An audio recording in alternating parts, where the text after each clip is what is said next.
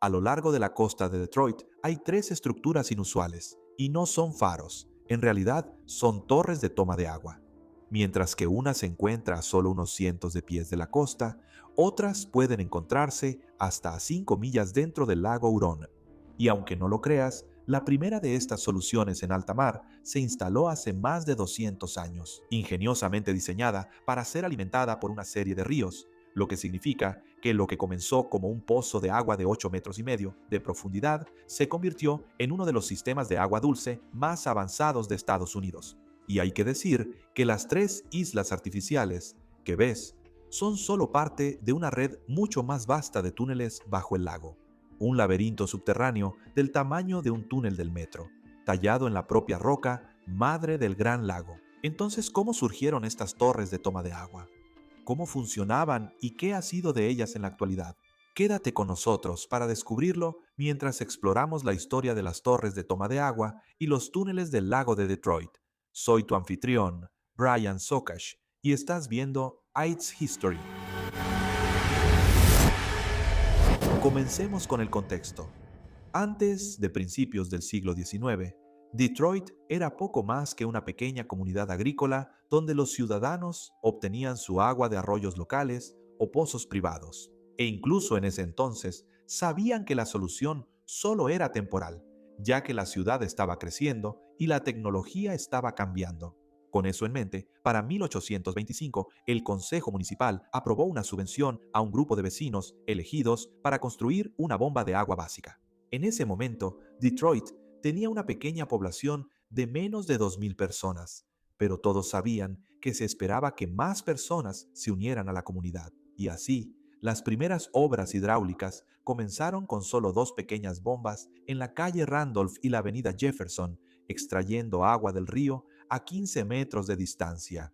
Sin embargo, la solución era algo peligrosa, ya que los desechos ya se vertían en esa misma agua, lo que resultaba en muchas pandemias.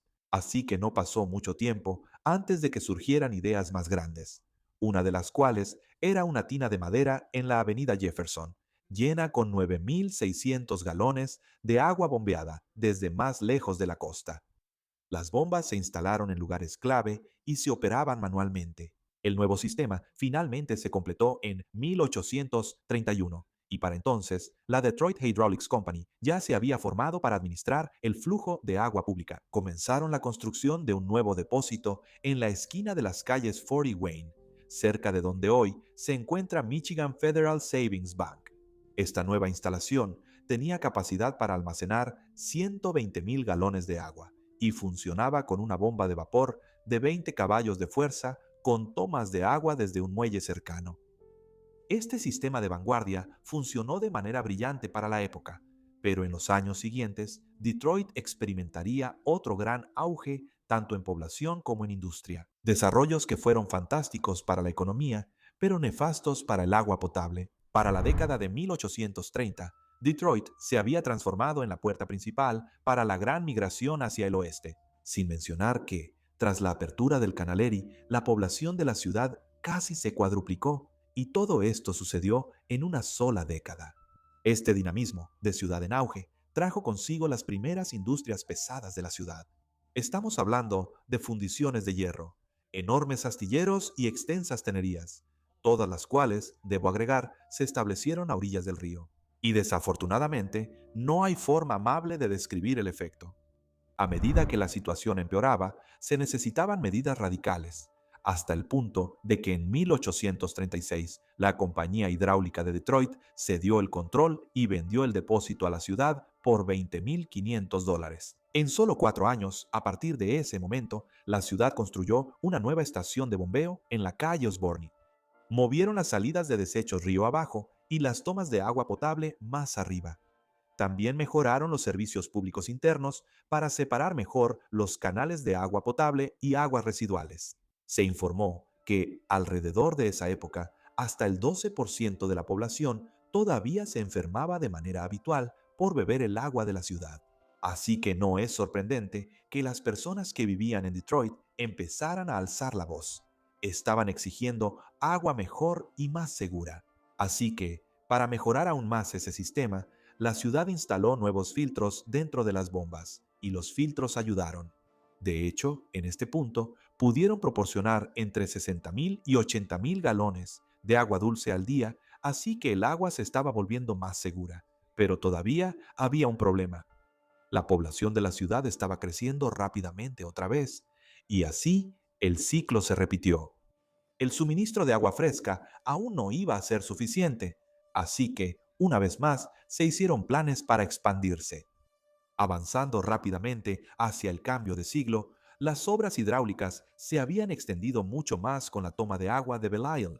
Esta nueva toma, construida en 1904, fue la primera torre de toma de agua propiamente dicha de la ciudad, y sí mejoró la calidad del agua, pero constantemente estaba afectada constantemente por obstrucciones por hielo. Además, a medida que la industria automotriz se apoderó de Detroit, la demanda local se disparó.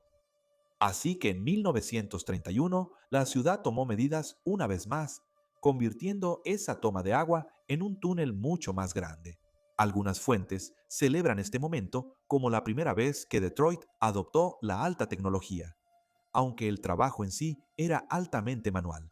Básicamente, los trabajadores dentro de la cámara presurizada en el fondo del río excavaban el lodo debajo de ellos hasta que el borde de la estructura se asentaba firmemente sobre la capa de arcilla dura a 9 metros de profundidad. Aunque una vez que la isla estuvo anclada, comenzó la verdadera batalla, el túnel. Usando el centro hueco de la estructura como punto de partida, los tuneleros comenzaron a excavar un pozo de 3 metros de ancho directamente hacia abajo y finalmente nivelaron para perforar un túnel a 18 metros bajo el lecho del río. Ahora, debido a que la arcilla era blanda y estaba saturada, todo el túnel se mantenía bajo aire comprimido. Esta presión actuaba como una pared invisible, conteniendo el peso del río y evitando que el túnel se derrumbara hacia adentro mientras los hombres colocaban millones de ladrillos a mano para revestir el pasaje. El resultado fue una obra maestra de la ingeniería Art Deco. La toma presentaba aberturas de captación profundas que extraían agua del centro del río, lejos del hielo superficial y la contaminación de la orilla. La gravedad luego hacía que esa agua bajara por el conducto vertical y a través del túnel de ladrillo hasta tierra firme, donde era tratada. Y así, por primera vez en su historia, Detroit tuvo una fuente de agua realmente pura, poniendo fin de manera efectiva a la era en que la ciudad bebía su propio escurrimiento y reduciendo la tasa de fiebre tifoidea casi de la noche a la mañana. Y la magnitud era impresionante. Para que te des una idea, la planta de Spring Springwells fue considerada el edificio de obras hidráulicas más grande del mundo. Incluso hasta el día de hoy, sigue siendo una de las más grandes de Norteamérica. También debo señalar que las tomas de agua trajeron otros efectos secundarios positivos. Por ejemplo, se necesitaba una gran variedad de profesionales, como canteros, ingenieros, operadores de calderas y así sucesivamente, para operar el sistema, lo que plantea una cuestión interesante. Las obras hidráulicas no solo proporcionó agua a la ciudad, sino que también creó un mercado importante para empleos de clase media. Para mediados del siglo XX, la población de Detroit ya se contaba por millones, así que otro gran centro de tratamiento entró en escena: la planta de tratamiento de agua del suroeste en Allen Park. Para facilitar esto, se instaló otra toma de agua, ubicada esta vez en el lado canadiense del río Detroit, al oeste de la punta norte de Fighting Island. Fue colocada estratégicamente para aprovechar la parte más profunda y limpia del canal de navegación. Y como esta es una vía fluvial muy activa, también necesitaba mantenerse fuera del paso de los barcos. Es decir, a diferencia del icónico Belle Crib, la toma de agua de Fighting Island era en gran parte invisible. Esta era una estructura sumergida que extrae agua hacia un túnel profundo bajo el lecho del río. Además, la toma de agua fue el primer paso para crear un sistema de agua verdaderamente regional, diseñado para asegurar que incluso si el sistema Bell enfrentaba una emergencia, la mitad sur de la red se mantendría presurizada y segura. Pero incluso eso no sería suficiente. A mediados de siglo, la ciudad se había convertido en el corazón industrial del mundo, y los suburbios circundantes estaban expandiéndose rápidamente. Es decir, una vez más, Detroit se convirtió en víctima de su propio éxito, especialmente porque el río estaba llegando a su capacidad máxima. E incluso más allá de eso, la ciudad seguía siendo vulnerable a los problemas del pasado, ya que tanto la estación de Belle Isle como la de Fighting Island seguían en riesgo de contaminación.